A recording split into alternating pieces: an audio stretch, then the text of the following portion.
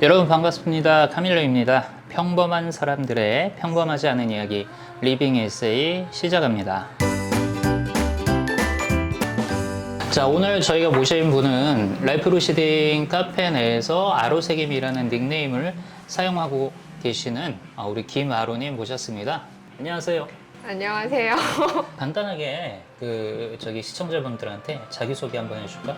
저는 라이프 루시딩에서 공부하고 있는 닉네임은 아로색이라고 이름은 김아로입니다. 반갑습니다. 반갑습니다.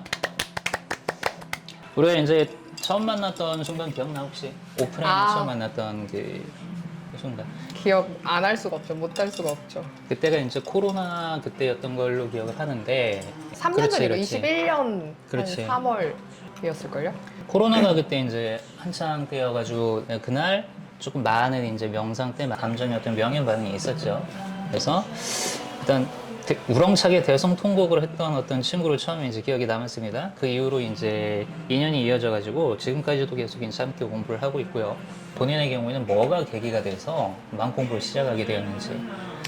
근데 우선 저는 네. 마음 공부를 한다라고 생각 자체가 없었고요. 네, 그런 왜냐면 어떤 자각이 없었어. 뭔가 마음 공부라고 하면 되게 저의 인식상에는 되게 돛 닦는 막 이렇게 이런 느낌인데 맞아요. 제 캐릭터가 되게 그런 이미지랑은 되게 거리가 멀어서 그런 거에 약간 거부감이 있었어요. 그래서 제가 마음 공부하려고 온 게 아니라 그냥 전 제 삶이 너무 힘들어서. 뭔가 제가 가지고 있는 저의 관념이 제가 규정하고 있는 저의 관념이 되게 잘못됐다, 이건 아닌 것 같다라는 생각이 들었는데 그걸 인정하기가 너무 싫었어요. 그 관념이 뭐였냐면 저는 나는 사랑받을 자격이 없고 자격이 없고 나는 부족하고 모자라고 모자. 나는 잘못된 사람이야. 아직까지도 그런 게 남아있기는 한데 죄를 지었어. 네. 행복하면 안 돼. 근데 이게 쭉쭉 되게 이어지는 거죠. 생각을 해봐도 이게 진짜 고정불변의 진리인가 생각했을 때 그건 아닌 것 같은데 벗어나려고 아무리 애를 써도 안 되죠. 안 되고 도대체 나는 왜 이런 건가. 근데 그거를 또 인정하기도 어렵고 내가 어떻게 하다 보니까 뭐 막 검색하다가 라이프 루시딩을 알게 된 것 같아요. 저는 키워드가 이제 맞았나 보지. 맞아요, 그지? 맞아요. 그래서 정화 명상이라는 게 있길래 맞아요. 한번 정화 명상. 와봐야겠다. 왔는데 이미 그 수업하기 전부터 그때 당시가 엄청난 격렬한 그런 때라서 데이스타 선생님이 불안인가 사랑에 대해서 수업을 하고 있었는데 그때부터 이미 그렁그렁 막 네, 마음에 그렁그렁 하고 엄청 그게 일어났어요. 그리고 이제 정화 명상 시작할 때 이제 엄청 내면에서 뭔가 이렇게 억울했던 온갖 감정들이 막 휘몰아치면서 그때 그냥 탁 하고 나버리고 그냥 대성통곡을 진짜 꺼이꺼이 했던 것 같아요. 그렇죠. 보통 이제 특히 여성들의 경우에 이렇게 마음 공부로 이어지게 되는 계기가 대부분 감정적으로 힘들어서예요. 맞아. 네. 그러니까 상황 자체가 힘든 거하고 감정이 힘든 거하고는 여러분 다른 거 아세요? 상황이 아무리 힘들어도 감정적으로 굳건한 사람들이 있어요. 없는 건 아니에요. 그런데 상황은 별거 아닌데 별거 아닌 상황에서 감정적으로 힘들 수가 있는 거예요. 이것 때문에 많이들 시작을 해. 맞아요. 특히 이제 현대 젊은 여성들이 이렇게 시작을 하는데 어떤 지금 이제 마음 공부를 어찌됐든 간에 시작이 되었잖아. 그래서 그동안 조금 본인이 체험을 하고 터득한 감정을 바라보는 자세, 감정을 바라보는 뭐 새로운 시선 혹은 소통하고 다루는 법이랄까. 여기 이제 시청하고 계신 분들하고 한번 이제 나눠줄 수 있을 만한 부분이 있을까?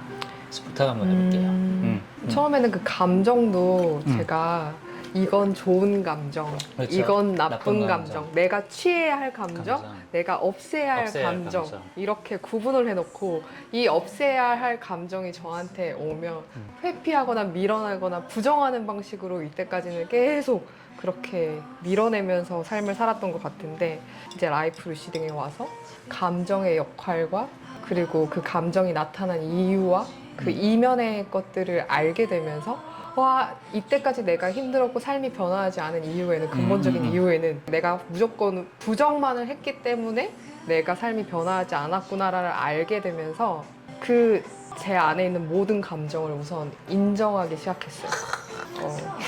여러분 이제 얘기 들으시면서도 내 안에 있는 모든 감정을 인정한다는 게 도대체 뭐지 싶으실 거예요.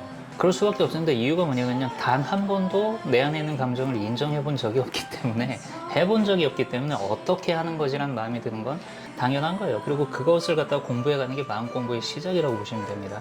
그러면 지금은 예전에 비해서 감정을 갖다가 만났을 때 그것에 대처하는 어떤 자세랄까? 이게 어떤 부분에 있어서 가장 많이 달라진 것 같아요? 우선 몇 년간 지속적으로 이렇게 감정 작업을 해오면서 이제는 어떤 감정적으로 이렇게 훅 제가 되게 감성적이고 감정적인 그렇지, 사람이거든요. 그렇지. 엄청 그 폭도 되게 넓고 크고 막 그게 감정이 오면은 그 예전에는 떡이 돼가지고 아예 내가 그 감정에 휩싸였다는 거 사실을 인지조차 못하고 아예 거기에 휩쓸려 갔는데 지금은 그 감정이 제게 나타나면 그거를 분리해서 바라보게 되면서 그리고 그거를 더 이상 저항하지 않고 이 저라는 기마로라는 몸을 통해 그냥 흘러가도록 그냥 저는 가만히 그거에 감정에 영향을 받지 않고 그냥 통과하도록 지켜보게 된 것 같아요. 아주 좋아요. 그 여정이 그런데 평탄치만은 않았잖아요. 엄청 격렬하고 몇 번이나 실패해봤을 것 같아요. 저는 새알릴 수도 없고 그렇죠. 이게 감정 작업을 하면 할수록 현실에서 드러나는 게 너무 격렬하게 드러나니까 와 나 이거 괜히 했다 싶은 생각도 들고 전에는 차라리 그냥 몰랐으면 모르는 대로 그냥 고통받고 살았는데 이제는 아니까 알았어? 그 아는 거에 대한 알았어, 고통도 힘들어. 있는 거예요. 알았어, 힘들어. 이거 진짜 미쳤다. 난 근데 하나 딱 그건 있어요. 너무 포기하고 싶고 너무 고통스러우니까. 근데 누군가가 저를 괴롭히는 것도 아니에요. 상황이 그렇게 힘든 것도 아니에요. 내가 나를 계속 괴롭히고 있는 그 상황이 너무 괴로웠어요. 그렇지. 그래서 되게 난 너무 포기하고 싶다. 나는 안 되겠다. 난 진짜 그만할래 싶어도 저한테 딱 하나 질문을 했는데 그럼 너 앞으로 평생을 이렇게 이렇게 살래? 살래. 근데 그건 또 안 되겠는 거예요. 그건 또 안 되겠지. 그건 또 안 돼. 아니, 난 이렇게 살기는 싫어. 그래서 계속적으로 포기하지 않고 넘어져도 다시 또 일어나고 넘어져도 다시 일어나고 그러다 보니까 어느새 나는 도대체 막 마음 공부하면 마음 평안한 사람들 볼 경우가 많잖아요. 나는 도대체 언제 그 되지? 나는 왜 안 되고 나는 왜 이렇게 실패자지? 이렇게 생각했는데 그래도 포기하지 않고 조금씩 하다 보니까 어느새 흔들리지 않는 나, 굳건한 나, 나의 정체성을 발견하면서 요즘은 그래도 좀 평안한 시절을 보내고 있습니다. 그렇죠. 벌어지는 거예요. 그러니까 점점 더 지켜볼 수 있게 되는 거죠. 예? 그래서 나하고 감정 간의 거리가 없이 완전히 딱 붙어 있을 때는 이건 먹혀버린 상태고 이렇게 감정이 떡이 됐다 나왔다 떡이 됐다 나왔다를 반복을 하면서도 조금씩 성장해 가면 일단 지켜볼 수 있는 주시자의 시선이라는 게 만들어집니다. 이게 만들어져야지 거리가 생겨요. 나와 감정 간에. 이거 지금 이제 아까 중요한 이야기를 했어 우리 아로가. 그게 뭐냐면은 대부분의 경우에 어떤 상황이 감정을 유발한다라고 생각들 해요. 근데 사실 알고 보면 이것보다 훨씬 더 많은 경우에 특정 감정을 유지하기 위해서 상황을 이용합니다. 네, 이게 우리의 관념이 하는 일이에요. 그래서 이거를 갖다가 이제 딱 포착을 하면은 그때부터 기존에 그 익숙했던 감정 패턴으로 끌려가는 것을 멈출 수 있는 힘이 생겨요. 이걸 하기까지 그런데 이제 개개인마다 걸리는 시간이 다르죠. 대신에 이 시선만 생기면은 이후의 작업은 보다 이제 수월해지는 겁니다. 지금은 조금 많이 좀 수월해진 것 같아. 네. 그지? 그리고 네. 떡이 됐다가도 빠져있던 금방, 시간이 맞아. 점점 줄어들지. 맞아요. 금방 나올 수 있고. 네. 자, 그럼 된 거예요. 이런 식으로 이제 한 발씩 두 발씩 이제 해 나가는 겁니다. 저희가 우리 김하로님을 오늘의 이제 리빙 에세이 작가님 손님으로 이제 섭외를 했을 때 여러분들 앞에 소개하고 싶은 타이틀이 있었습니다. 이게 뭐냐면 달리는 명상가예요. 2kg 나왔어! 러너. 자, 달리는 명상가 캐릭터를 가지고 있습니다. 우리 김하루님이. 그래서 러닝 클럽도 다니고 있고, 그리고 또 마라톤 풀코스도 완주를 해본 또 경험이 있고 그렇죠. 자, 이게 엄청 큰 일이에요. 이 마라톤 이야기를 한번 들어볼게요. 마라톤뿐만이 아니라 나에게 있어서 러닝이라는 것, 그거 자체가 지금 이제 하나의 명상이 되어버린 케이스인데 그 경험에 대해서 한번 이야기 들어보고 싶어요. 우선 제가 처음 달리게 된 계기가 그 짝사랑하던 오빠가 있는데요. 있었는데 한 그렇구나. 오랜 기간을. 근데 이제 그 오빠로부터 거절을 버림받은 거예요. 이제 난 아닌 것 같아. 나는 이제 아로야 그만했으면 좋겠어 라는 말은 들은 거예요. 세상이 무너지는 거예요. 또 근데 그 사람 앞에서는 그래 그렇게 얘기해서 고마워. 근데 이제 돌아온 택시가 너무 난리가 난 거예요. 근데 마침 그때 뭐 누가 아디다스 마이런이라고 티켓을 줬나? 아무튼 그게 생겼어요. 그래서 그 다음날 달리게 되는데 그 전날에 울어가지고 눈이 퉁퉁 붓는데 보였는데 그렇게 이불 속에서 울 수는 없어서 달려야겠다 한번 처음으로 한 번도 달려보지 않았는데 달려야겠다 싶어서 그렇게 달린 거예요. 근데 달리면서 제 인생에서 처음으로 그런 희열감을 느낀 거예요. 제가 난 잊을 수 있을 거야. 나는 할 수 있어. 할수 아로야 있어. 할 수 있어. 이길 수 있어. 이거 아무것도 아니야. 근데 거기서 달리면서 너무 울었는데 제 마음 안에서 내가 언제 나한테 이렇게 진심으로 응원을 해본 적이 있나? 그렇지. 그런 마음이 그렇지. 올라온 거예요. 그러니까 내 마음에서 나도 할 수 있겠구나라는, 그 전에는 난 안 돼. 나는 맨날 버림받고 막 이런 걸로 있다가 처음으로 그 알미 생긴 거예요. 그래서 그 달리기에 재미를 느끼기 시작했어요. 재미를 느껴서. 네. 그러면서 달리면서 온갖 감정들이랑 생각들이 떠오르는데 같은 동작을 계속 반복하잖아요. 그리고 그 달린다는 행위 자체가 쉽지도 않고 쉽지도 않지. 엄청 그렇지. 포기하고 싶고, 근데 그럴 때마다 제 의지를 다잡고 아니야 난 할 수 있어. 그렇게 저한테 메시지를 계속 응원의 메시지를 줬던 것 같아요. 그래서 달리기를 하기 시작했고, 명상이라는 게 이렇게 가만히 앉아서 저희가 명상 이렇게 해야 되는 것만 명상이라고 생각하는데 그렇죠.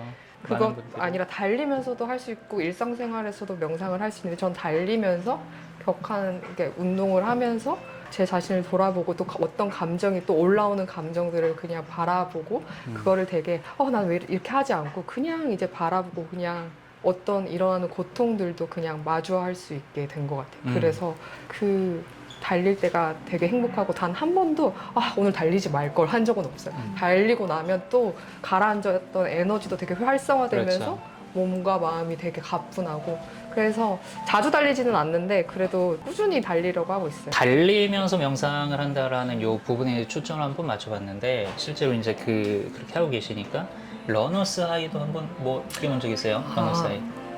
그 풀 마라톤 이야기를 한번 들어보고 싶은데.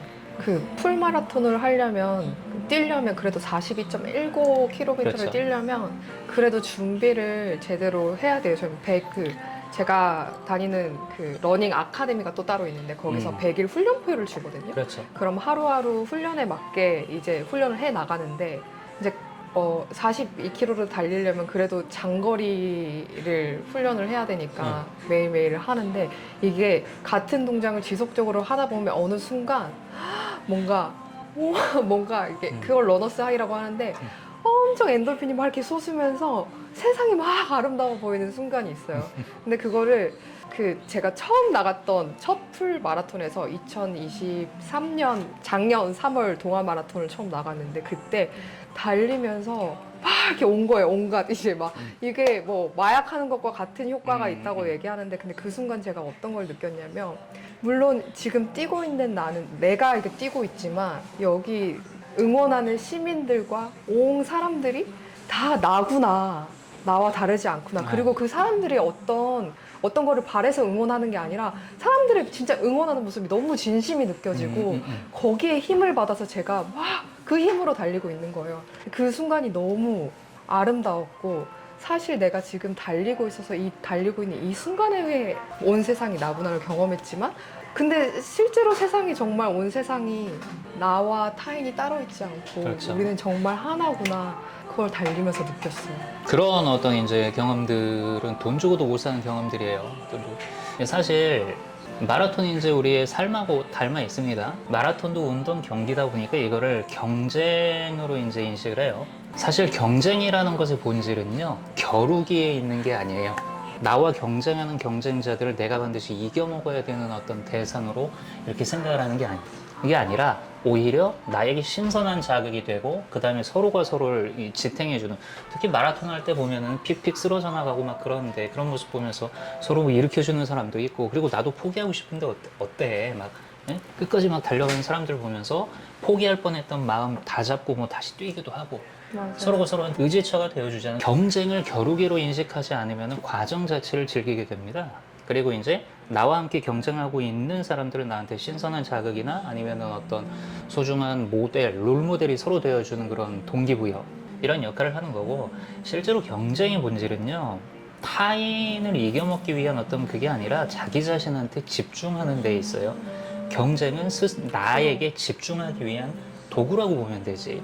예? 그런 의미에서 마라톤이 최적의 수행을 위한 어떤 방편이 될 수도 있는 거예요. 어차피 우리가 태어났기 때문에 경쟁을 하고 살아야 되는데, 경쟁을 할 때 여러분들, 나와 경쟁하는 이들을 내가 이겨먹어야 할, 겨뤄야 할 대상으로 삼지 마시고 함께 이 삶을 어떻게 걸어가는 일종의 좀 동반자들, 이렇게 한번 바라봐 보세요. 그러면서 그들로 인해서 자극을 받아가지고 온전히 나 자신한테 집중할 수 있어야 합니다. 이걸 몰입이라고 불러요. 몰입. 내가 내 안에 온전히 몰입할 수 있었을 때 아로한테 나타났던 것처럼 러너스 하이가 나타난 거예요. 자, 그 감각이 어마어마하지. 예? 이게 이제 일찍이 경험해보지 못한 어떤 이제 그런 감각이었을 거예요.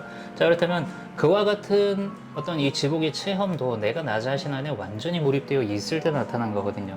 타인한테 신경 쓰고 있으면 러너스 하이가 일어나지 않아요. 그 저도 처음에 그 달리기를 했었을 때는 어떻게 했냐면 마라톤 이제 그 경험 이후에 나가면 달리고 있는데 저기 앞에 저 사람들 꼽는 거예요. 내가 저 사람은 반드시 찌르고 말. 근데 많은 사람들이 그렇게 하거든요. 근데 이제 어느 순간 그렇게 하다 보니까 제가 제치는 건 기분 좋고 또 저를 제치는 사람들이 있을 거 아니에요. 그렇지, 그럼 난 또 그렇지. 너무 루저가 되는 것 같은 거예요. 그렇지. 실패하고 패배하고. 근데 달리기는 내가 그렇게 하려고 하는 게 하는 게 아니었는데. 달리는 것 자체가 의미가 있어야 되는 거거든. 그러니까 근데 달리는 그렇죠. 거조차 남들과 비교하고 비교하고. 있고 내 자신에 대해서 계속 뭔가 자존감이 낮아지는 그 경험을 하면서 내가 왜 이거를 또 달리면서까지 그렇죠. 내가 다른 사람과 비교하면서 경쟁하고 있지? 그렇죠. 그래서 코로나 때 달리기를 전혀 안 했어요. 왜냐면 너무 지치는 거예요. 나 달리기까지 내가 이렇게 해야 되나.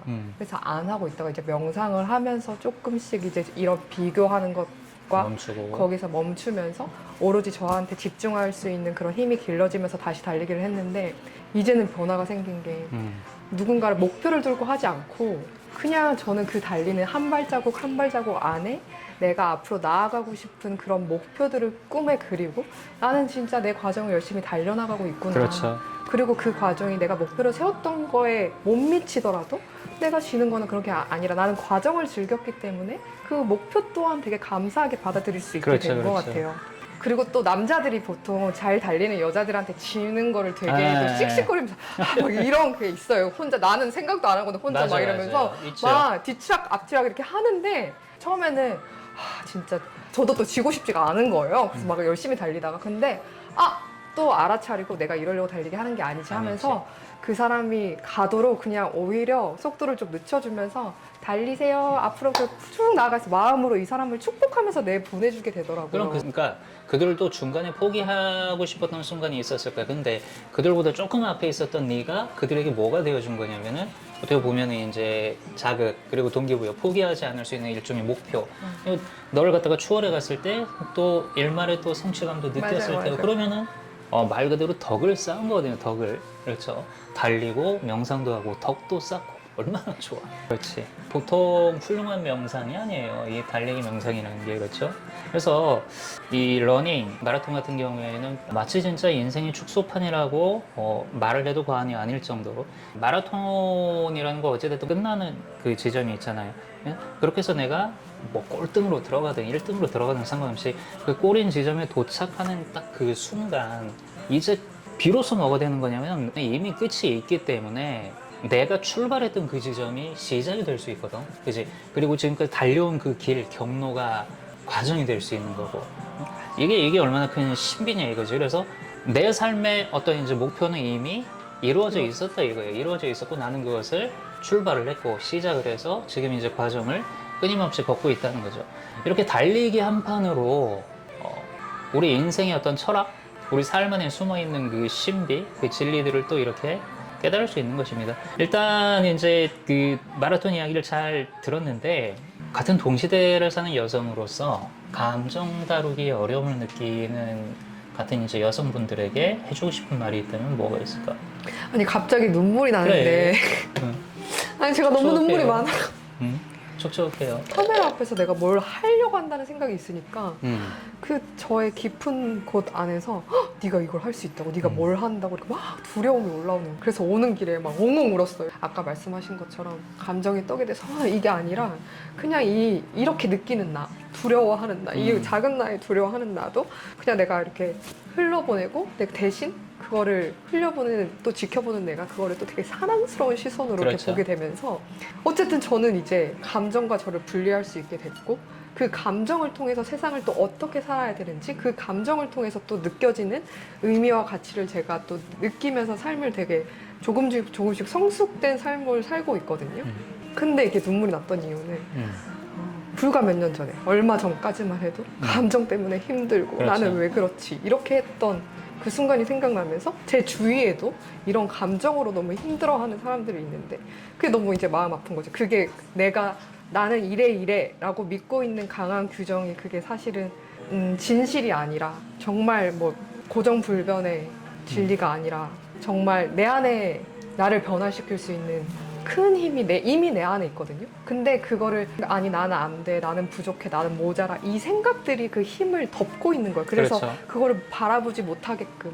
근데 어쨌든 이미 내 안에 우리 모두 내 안에 그 나를 변화시킬 수 있는 나는 무한한 힘이 이미 내 안에 있고 그래서 힘들더라도 조금씩 나는 이런 생각을 가지고 있구나, 나는 이렇게 자기 규정을 하고 있구나, 이거를 회피하지 말고 그 내 안에 있는 큰 힘의 나를 믿고 조금씩 용기 내서 그거를 직면을 하고 치유하고 그래서 삶을 아름답고 재밌고 따뜻하게 열정적으로 사셨으면 좋겠어요. 저도 아직 되게 막 흔들리고 아직 뭐 큰 변화도 없고 하지만 그래도 저는 제 삶이 이제는 너무 감사하고 제가 나는 왜 이거밖에 안 돼서라도 출발했지만 지금은 내가 김아로여서 내가 이 모양 이 꼴이어서 너무 감사하고 그리고 이런 제 변화를 제 주변 그리고 또 사람들한테 나눠주고 싶고 네가 믿고 있는 게 정말 진실이 아니야 이거를 알려주고 싶어요. 그래서 힘내시고 용기 내시고 꾸준히 내 안을 들여다보고 있는 그대로의 나를 사랑하셨으면 좋겠어요. 아유, 너무 좋은 말씀해 주세요. 많은 분들에게 이제 깊이 어떤 큰 인사이트가 되기를 바랍니다. 자, 저희가 리빙 에세이를 기획한 의도는요, 시작할 때 이렇게 멘트처럼 말씀드렸던 그 부분 있죠. 평범한 사람들의 평범하지 않은 이야기. 나와 같이 평범한 사람들. 그런데 평범한 사람들의 삶이라고 해도 그게 평범하지 않거든요. 여러분들 안에 있는 자신의 이야기를 발견하시기를 바래서 이런 이제 컨텐츠를 기획을 한 겁니다. 오늘 이제 아로세기님 모시고 이 좋은 이야기 들어봤고요. 자, 그럼 이제 저희는 이번 만남은 여기서 정리하도록 하고요. 또 리빙 에세이 다음 편에서 다른 분들하고의 만남 준비해서 또 찾아뵙겠습니다. 감사합니다. 안녕. 수고했어요, 여러분. 수고했어요.